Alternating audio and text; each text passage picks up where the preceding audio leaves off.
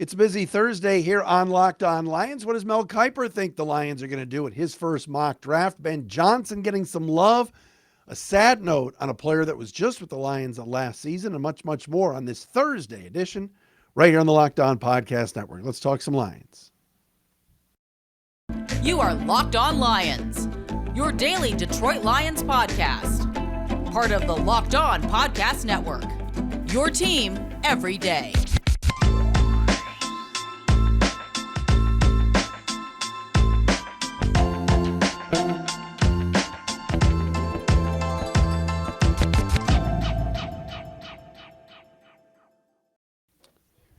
And a pleasant Thursday, everybody. Matt Dery with you, Locked On Lions on the Locked On Podcast Network. Indeed, your team every day. It's Thursday, January 26th, and the Friday, January the 27th. Hope everybody's having a good week and dug out of the snow. Let's talk some Detroit Lions football. Mock drafts, we always love talking about.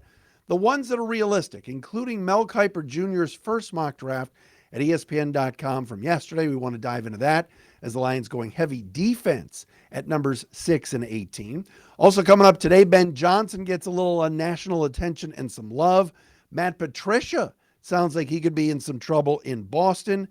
Frank Reich has been hired down in Carolina by the Panthers. I want to get into that. We'll also pass along an unfortunate death in the Lions family, a player that was just with the team in 2021. We'll do that all today right here on Locked On Lions. Thanks for making us your first listen. Following us on Twitter at Dery Speaks, D-E-R-Y Speaks, at Locked On Lions on Twitter, the Matt Dery Facebook fan page, and as always, the YouTube page, Locked On Lions YouTube channel. Today's episode is brought to you by PrizePicks. PrizePicks is daily fantasy made easy.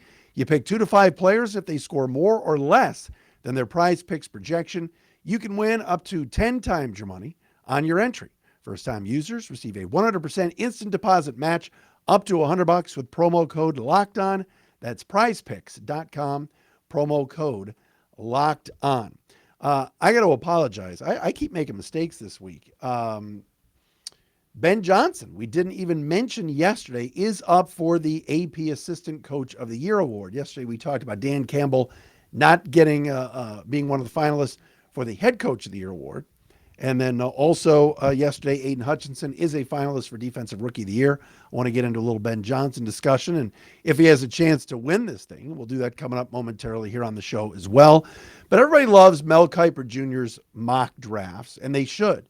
Whether Mel is right or wrong, whatever, this guy's got a lot of cachet. It's been around forever. And when he's kind of the original mock draft person. Now everybody does it.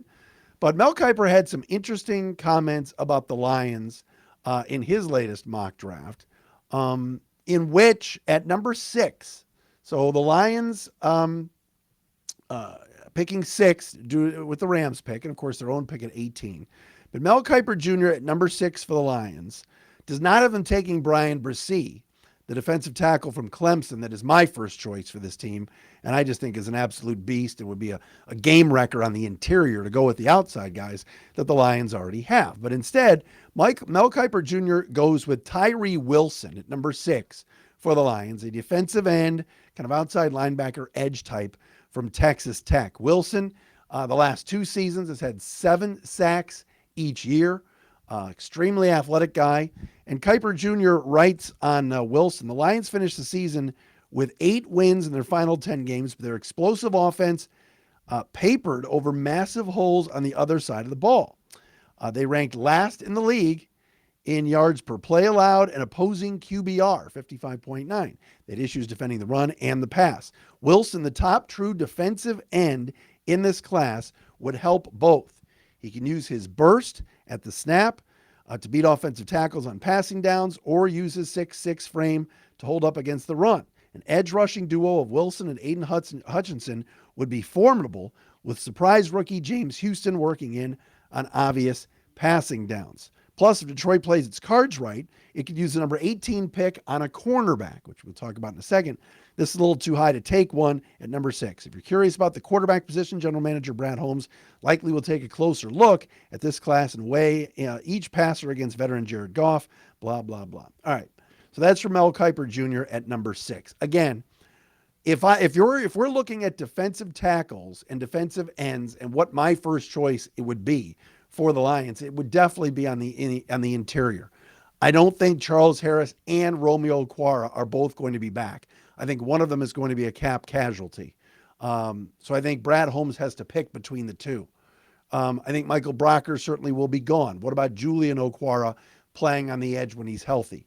We mentioned James Houston before. If they re-sign John Kaminsky, I think he's more of an outside guy than an inside guy. But again, the Lions rotated their guys inside and outside all season. We know this. Aleem McNeil is going to be back. You got to figure Isaiah Buggs is going to be back. I mentioned 2 days ago, Jaron Reed, I think would be a nice addition on the inside as a free agent. Who else are the Lions targeting? Who knows? I mean, that's up to Brad Holmes.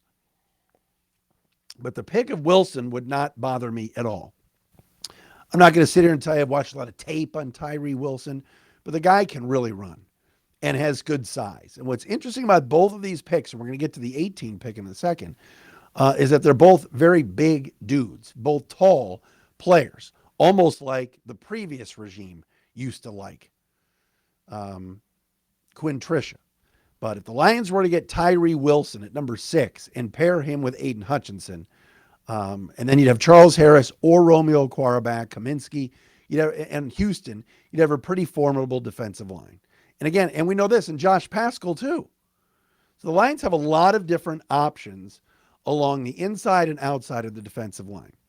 The question is, where do they want to go at number 6? Do I think they're going to take a cornerback that high? I don't know. I don't see it. I think they can get a corner at 18. Do they package 6 and 18 and move up higher to get Jalen Carter or something like that and try to make a big splash? Because in this mock draft, Mel Kiper Jr. has Jalen Carter going number 1 overall. So we'll see. What's also interesting about this mock is Mel Kiper has C.J. Stroud going ahead of Bryce Young in this draft.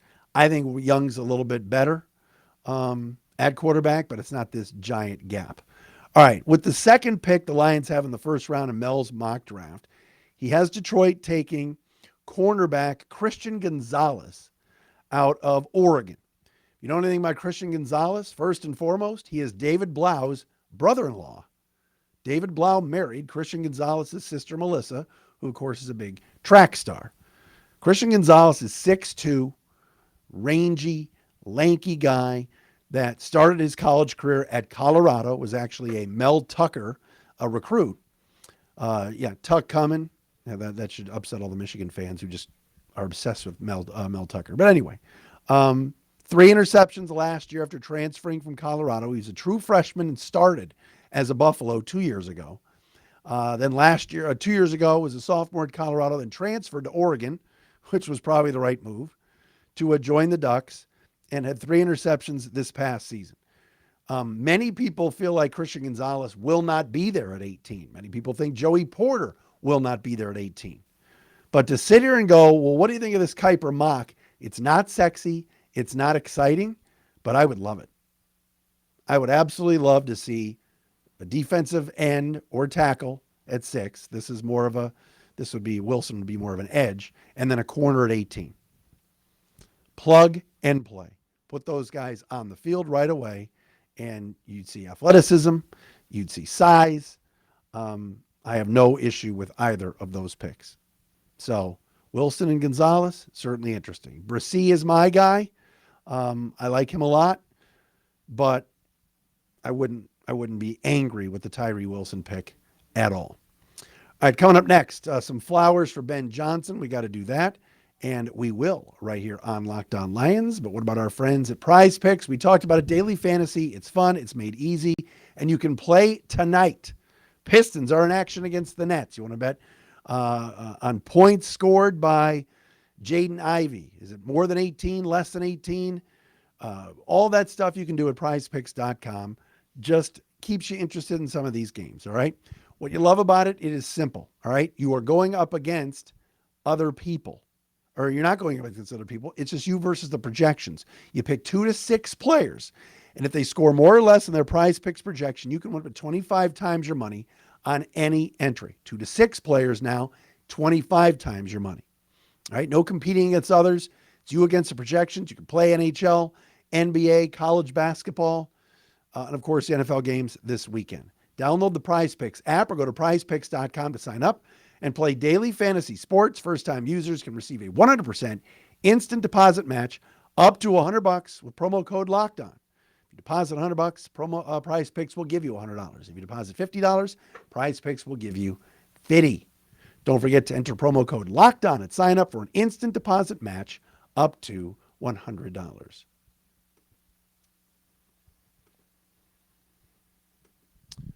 All right, so yesterday the AP announced the award winners and the award finalists all across the league. We touched on it. Aiden Hutchinson up for Defensive Rookie of the Year, along with Sauce Gardner and Tariq Woolen from Seattle. Dan Campbell not in the mix to win the Coach of the Year. That instead goes to the likes of the finalists, go to the likes of Doug Peterson in Jacksonville, which is a pretty deserved. Kyle Shanahan with the 49ers as well. And who am I blanking on? That was the third guy up for a Coach of the Year. By the way, Pete Carroll should also have been in the running for this. All right. I get that some of these guys have done unbelievable jobs all across the league, but Pete Carroll with the Seahawks, nobody expected Seattle to be where they are. And so, and Nick Sirianni with the Eagles as well. Also in that mix, but Dan Campbell did not. But Ben Johnson is a finalist for AP Assistant Coach of the Year. Brian Daboll is the other head coach, by the way, that is one of the three finalists with the Giants. And man, what a job he did. But Ben Johnson deserves to be there. And it just goes to show that an offense that many people thought was going to be good, maybe a top 10 offense, finished as a top 5 offense. And that is just very, very impressive. Very impressive. So Ben Johnson is a finalist along with Eagles offensive coordinator Shane Steichen, who has interviewed for some head coaching jobs, including with the Colts, and 49ers D coordinator DeMeco Ryans, who also is up for some of these other head coaching opportunities. But congratulations to Ben Johnson, and what a coup for the Lions to not only have Ben Johnson there and the way that he has just moved up the charts here, but to keep him for next season. Lions finished with a top 5 offense, creative, guys got better, and that's what you're asking for from your assistant coaches. So Ben Johnson up for that award. Speaking of coaches, let me say this. Frank Reich today was named the new head coach of the Carolina Panthers. Frank Reich is fine. He did a decent to good job with the Colts. And this year, after the team started 3-5-1, we all know the Colts fired Frank Reich. He was fired by the owner, Mr. Irsay, and replaced by Jeff Saturday. I'm not going to go down this rabbit hole of the Colts and their situation because my son is a giant Colts fan, and he's livid with his organization. Jeff Saturday got a second interview, so we'll see what happens there. But Frank Reich, some people thought got a raw deal. He's a super nice guy. Always a great interview, and always it seems like a good leader of men. But the Colts offense was a mess. The quarterback situation was a mess.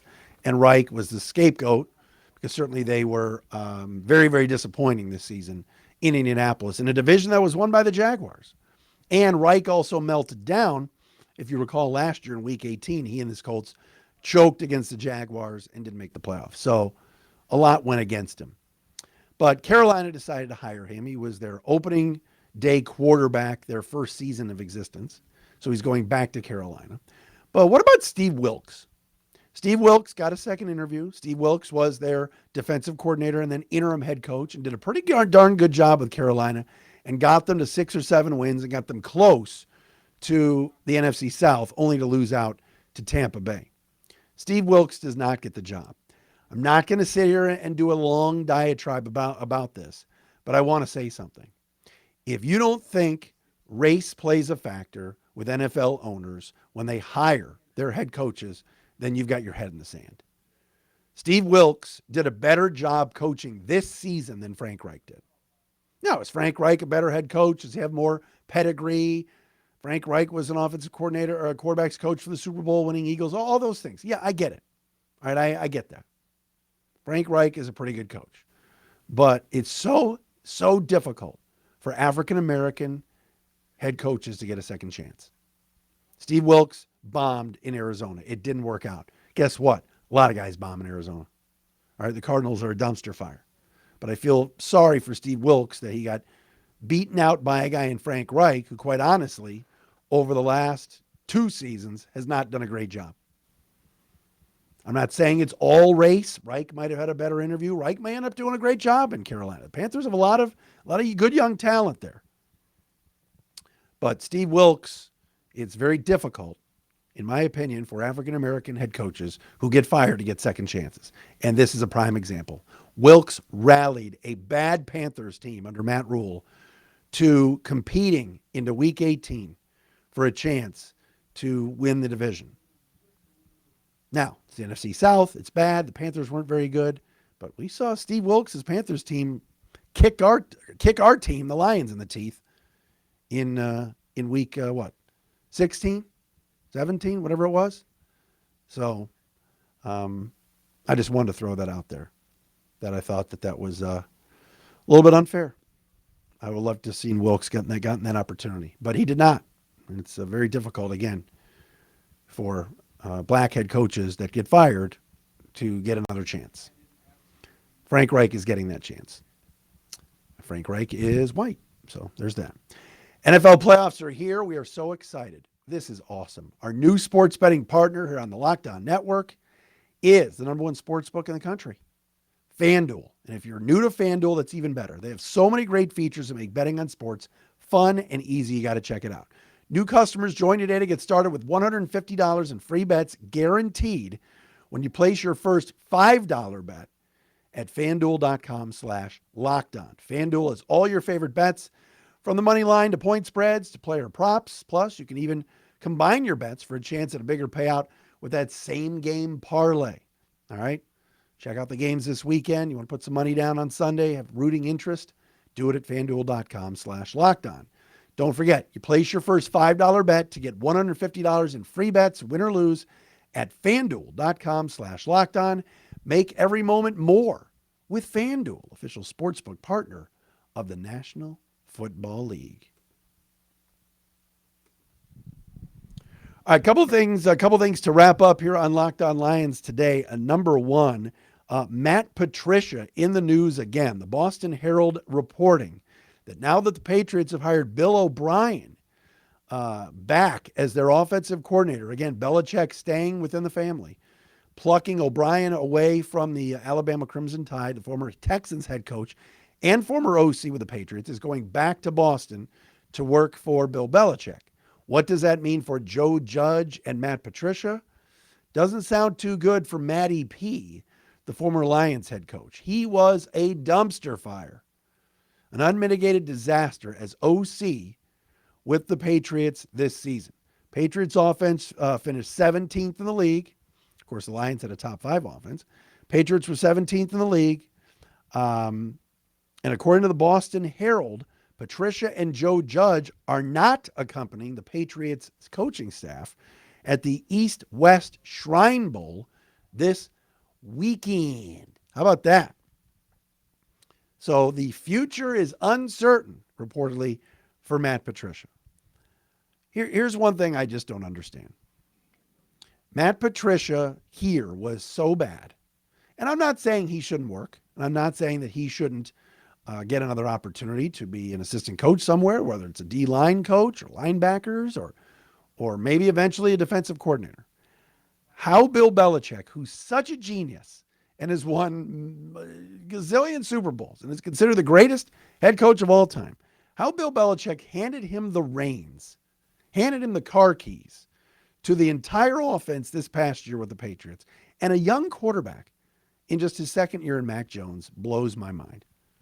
It really does. Again, coaches move around all the time. Some start off as quarterbacks and tight ends, and they're coaching special teams. Then they're doing the defense. Bill Cowher was a special teams coach, became the Steelers head coach. John Harbaugh was a special teams coach, became the Ravens head coach. Right? I understand that. But for Matt Patricia to immediately become a pretty big voice with the Patriots just because he did a decent job as DC many years ago there and become the OC, and it was so bad that he gets let go from that position after 1 year. And my guess is Belichick will keep him around, maybe as an analyst or a special assistant. I don't know. But future should be uncertain, because if If you watch New England this year, the offense was that bad. And again, it just makes you feel, I get a little angry as somebody that wants the Lions to do well, to even believe that he was given a third year here by the Ford family. It just baffles my mind. Baffles my mind that Matt Patricia was allowed to coach a third year here. Finally, a sad note today. Former Lion linebacker Jesse Lemonier passed away. The team announced this morning. He was 25 years of age, no cause of death. Jesse Lemonier wore number 52 in 2021, so 2 years ago. He was picked up by Brad Holmes, kind of a guy that had made the rounds, athletic linebacker, and was given an opportunity to play in 7 games last season and had 15 tackles and 1.5 sacks. Again, cause of death uncertain at this time, but Jesse Lemonier was just 25 years of age. So certainly condolences to his family and to everybody with the Lions that knew Jesse. Very, very sad note to end today's show. Thanks for making us your first listen. Thanks for watching on YouTube here on a Thursday edition of Locked On Lions, everybody.